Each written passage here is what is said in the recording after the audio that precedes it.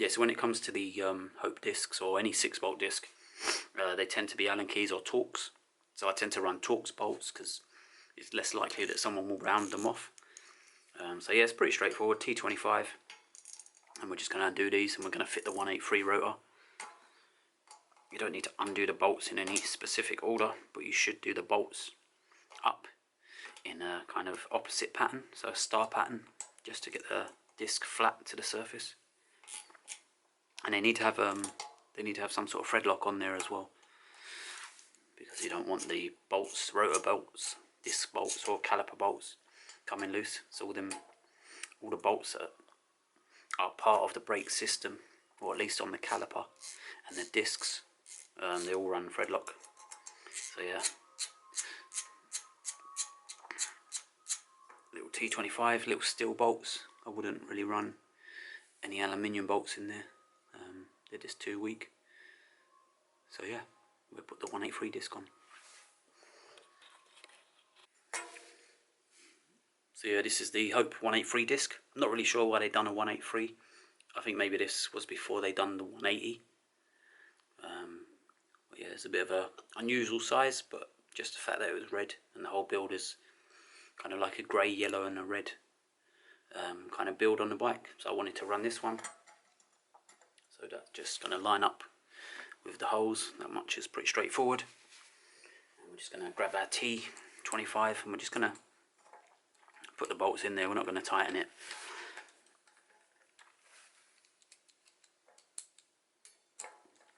It's kind of easy with the Hope discs as well. You can't really put them on backwards because there's a groove there that sits on the hub. So if you try to put that onto there, it's quite obvious because the writing's there as well. So yeah, it's quite obvious which way around that goes to most people, I would hope.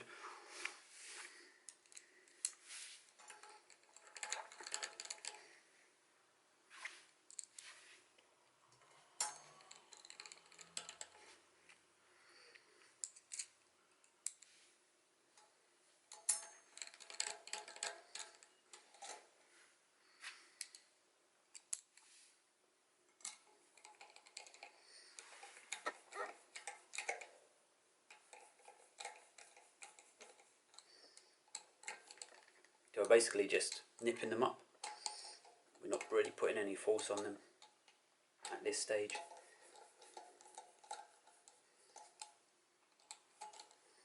So that's on there. And then what we're going to do is get a torque wrench.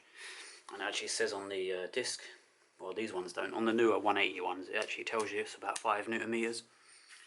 So we've set this to 5 Newton meters. And we're just going to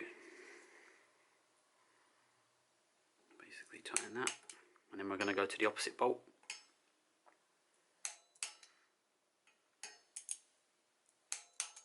And by going to the opposite bolt, it just means that the face of the disc should bolt up nice and flat with the hub.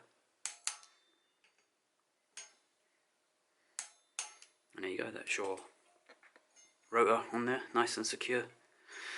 And yeah, we'll fit that to the bike and have the fun of setting up the mount and centralising the caliper on the disc, which is something I'm not really looking forward to. So yeah, we've put the back wheel on, obviously, with the nice red disc on there, which I much prefer, goes with the rest of the scheme of the bike.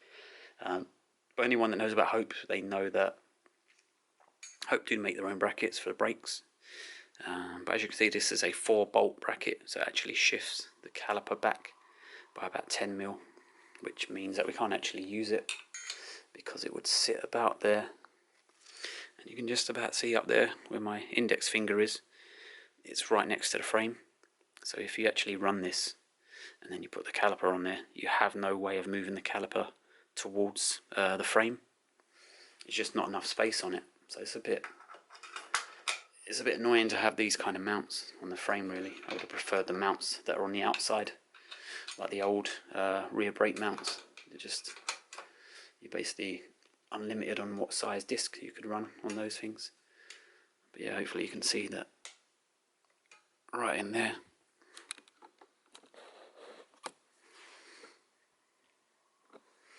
you have no way to, I can't move the caliper over at all, it's already touching the frame. So if that disc is not centralised to the caliper, it means I've got nowhere to go with it. So yeah, that's why I'm not using any Hope mounts, and basically I'm going to have to use my 180mm mount and then use a couple of spacers to give it that extra height.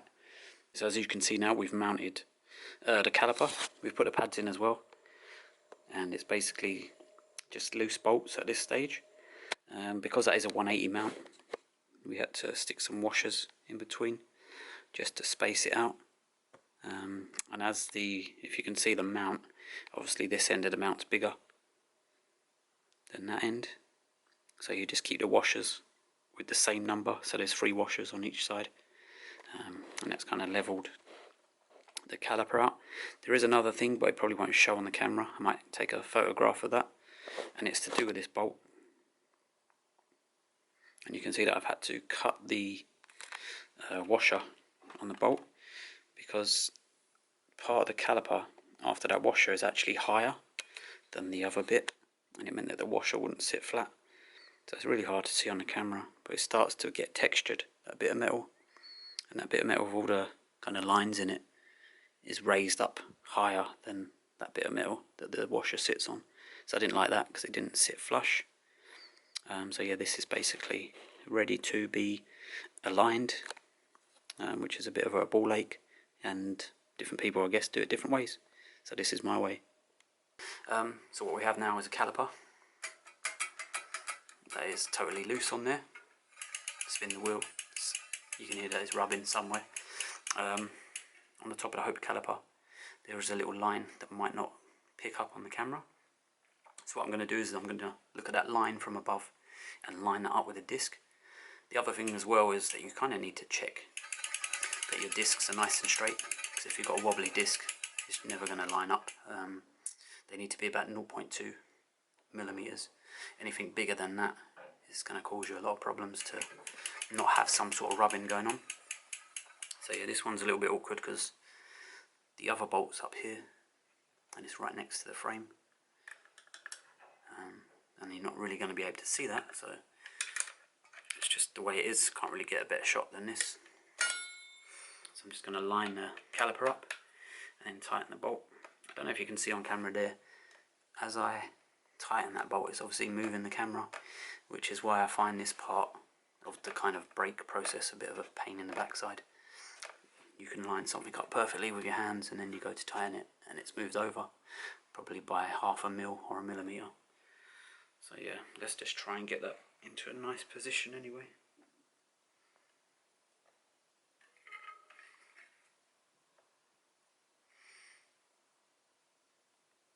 You can of course try and force it to stay there by pushing it, but I don't know, it just seems to be a bit of a, I don't know, I always find it problematic.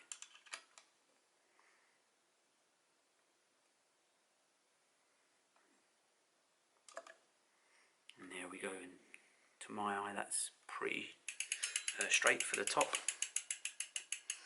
And as for the bottom, it's going to just try and do the same thing, but there's a groove basically in here which you won't be able to see, but it's just a cut out in the caliper where the disc slides into. It would have been nice if Hope had put like a little central line there so you could line it up, but anyway, we're just going to do the same. And I have got a bit of a washer here that I've modified just so it sits flat in that area. Might not be able to see that either on the camera, but it's basically just got a line cut out of it, otherwise it sits too high and starts to kind of touch a higher edge on there. So what I'm going to do is just try and nip that up a little bit and then we'll push it after. Yeah, so after all this time we actually had to change the bolts because I think that these mounts on the frame were not, well, they're not aligned perfectly, so the top faces of them are not in the right kind of place. So we have to run a CPS washer system top and bottom. It would have been nice to have been able to run it on the bottom of this one as well, but there's not a CPS washer that's small enough. I might change it in the future and run the CPS washers underneath and just a standard bolt without the CPS washers at the top.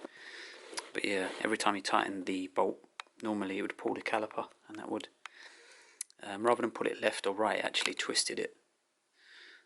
So yeah, that seems to have been an issue. It's not too bad now. I mean, there's a tiny bit of rubbish on there. So you can see the disc moving. What that tends to do is it makes the lever feel a little bit heavy. So yeah, you get quite a bit of resistance. Obviously the disc pushing on the pistons means you've got to put a bit more pressure on the lever. You've got to put a bit more force to move it, and you kind of feel that on the lever, and it kind of drags a little bit when you're squeezing it. So yeah, we're going to try and rectify that. It's a very minimal amount of movement that you have to do, and it can be a little bit difficult, so it's always good to have your pistons cleaned and lubed in your caliper, so when it does come to this kind of part, that we can get them back in there. So yeah, that's what the you can see that the left side of the pistons is out a bit further, and if we kind of squeeze that lever, you can see the disc is being pushed over to the right side. So yeah, what we have to do now is just push those pistons back on the left, and then hold them in place, and then allow the pistons on the right to come out a little bit. It'd be really hard to push it back into the caliper. So yeah, I'm just going to keep going with that a little bit more. Just see how far I can push those back.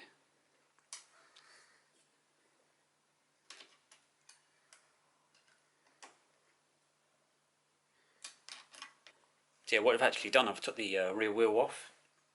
I'm going to get a flat end screwdriver, and I'm just going to open these pads up a little bit. Just by basically wiggling that in there. Not levering it, so all I'm doing is turning the screwdriver like that inside. I didn't want to lever it, because you'll put dents in the pad.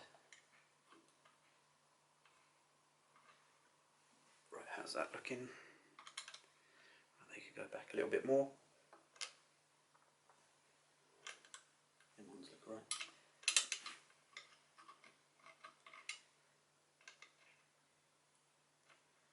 But you can buy a tool for this as well, unless you're going to do this all the time, like me.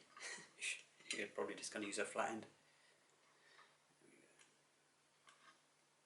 Yeah, and I wanted to take it off just to have a little look at the centralisation and see if I can improve it a little bit, because it was pushing, one piston was pushing a little bit earlier onto the brake, onto the disc I mean, and that was causing the disc to flex a little bit.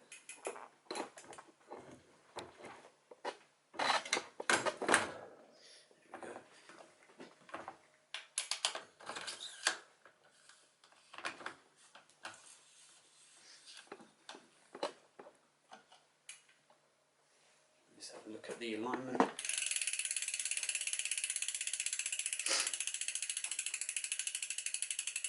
So yeah, now that's kind of like that.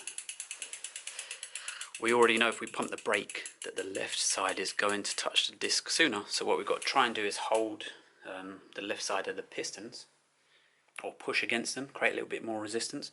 So what we'll do like one squeeze of the lever and see how that goes.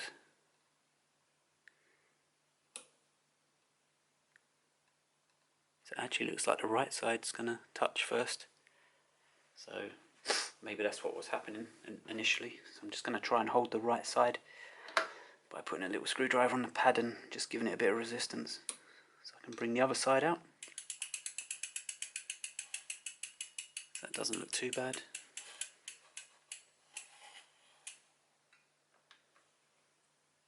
Just do the same on here, because I can see the pistons on this side. You can just see them just behind that pad. There's a little black piston there. But on the other side I can't really see that. So let's try and just hold this in place. Give that a little pump. And see where we're at. It's a little bit difficult with this pad pin separator, because it kind of gets in the way of the vision of it all. So we've got a bit of a gap on that side, and a bit of a gap on this side. Let's try and hold that if we can. So that looks like it's touching the disc on the right side. So we try and keep that in place. Right, let's see how that looks and see how it sounds, I guess. Yes, there is a little bit of rub there, but I'm actually pretty happy with how the wheel spins. It's kind of spinning quite normally, as if there wasn't any resistance, so that's cool. And in terms of disc movement, don't know if you'll be able to see it. Let me put my finger right on there, and you can see my finger flexing. Let me hold the bike nice and straight. So yeah, I would still say that the left side of the piston is interacting with the disc a bit sooner. But I'm actually really happy with that now, considering we've got probably an alignment issue with the brake mounts. So yeah, I'm pretty stoked about that. Should be alright.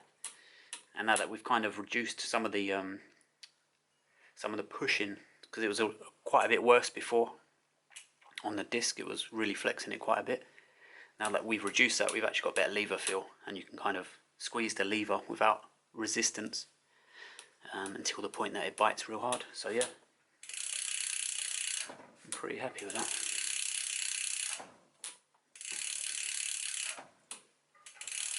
So yeah, hopefully this has been of some use to someone, if you can actually hear me over that free hub. But yeah, I guess I'm just happy that this is working now. So yeah, good luck with it.